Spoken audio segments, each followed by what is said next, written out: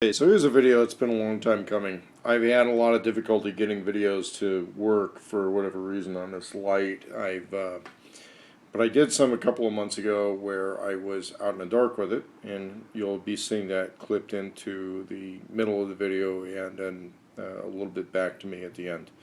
But this is a Ryobi P716 spotlight. Now, unlike a lot of the other lights that you'll see, they have the little flashlights that come free with the toolkits. You can buy a slightly deluxe version of those flashlights on the side. They use a regular common incandescent flashlight bulb, and the bulbs are cheap, easy to replace. They're $15 light when you buy them separately. They're free when you get them as part of the combo kit. If somebody's splitting up one of the combo kits and kind of selling that stuff off, they tend to go free to whoever, like whoever buys the batteries gets a flashlight thrown in, or maybe it'll be $5 or $10 or something like that. These lights are close to $50 each. So, in fact, I think when they're not on sale, they're even more than that. And they don't come with a battery. They don't come with any kind of a lanyard or holster or case or anything like that. So what you'll see here is I've improvised with a zip tie and a large carabiner so I can hang it up in a vehicle.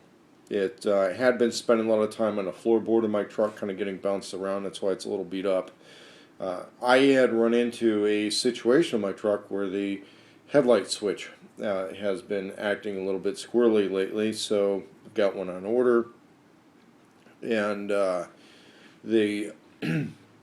I've been carrying this as a backup just in case I'm stuck someplace without lights or I need more light. I have this as a backup.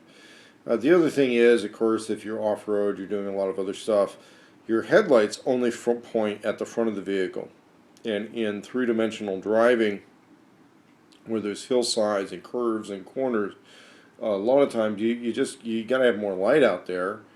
And without installing one of those GoPro super lights that's pointable and everything like that, and those won't work with my roof rack, you're kind of out of luck, right? Well, another thing is use a handheld spotlight, okay? The other thing I found is that, especially with a wilderness location, is that having a really powerful handheld light really helps a lot when you've got those dark, moonless nights out in the middle of nowhere and you really want to light things up. And what I've noticed is these things, they really stun animals, okay? They either scare them away or they freeze. They're not quite sure how to deal with a light this bright because it normally would be associated with the sound of a vehicle.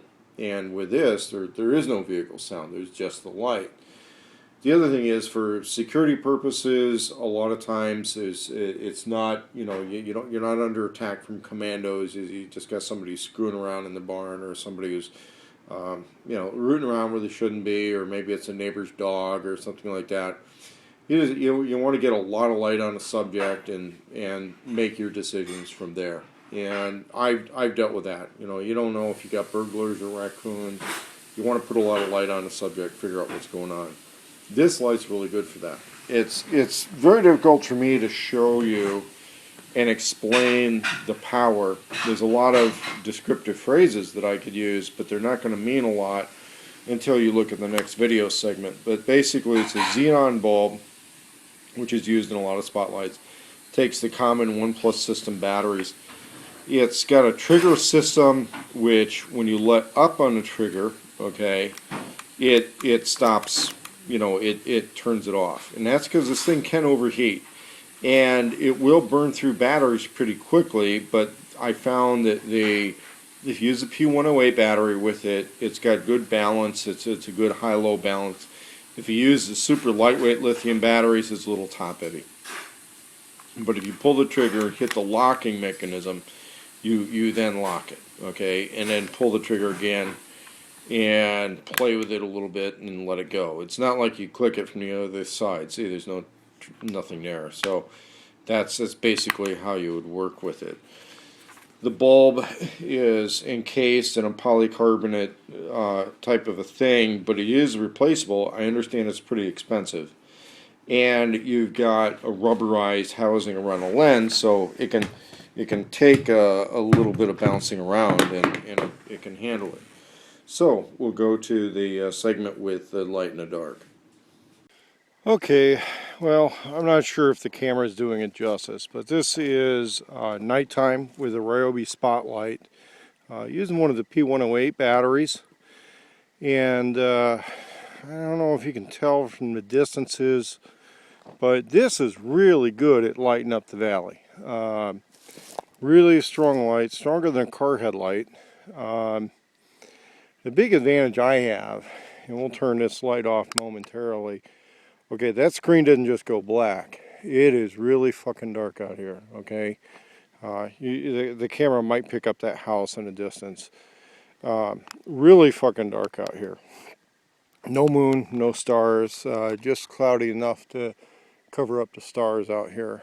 And, you know, one of the things about operating in a field is, you know, I'm just on an off-grid construction site here, not really a combat operation or something of that nature. And when people want to use powerful flashlights, a lot of times they break out these newfangled tactical lights that burn through either proprietary batteries or AA's, or a lot of times camera batteries, the CR123 battery, stuff like that. But the thing is about the Ryobi Spotlight is that it's rechargeable. Okay, I can use the same tool batteries that I'm using. I'm using P108s on this construction project, and I have just enough juice to get back to the house after it gets dark. So I had to go out to the site and grab my phone. But you can see how, I don't know if the camera's really doing it justice, the way this thing's shooting a good strong beam around. But we'll talk about it more when the sun comes up, and I'll show you some more of the features on the light. Okay, so you've seen a light in the dark, and that's pretty much it. Not much else to discuss. It's a Ryobi P716 light, and yeah, it's pretty powerful. And if you've wanted just to look and see how it works in the dark, just fast forward to about the 5-minute mark and you'll get to it.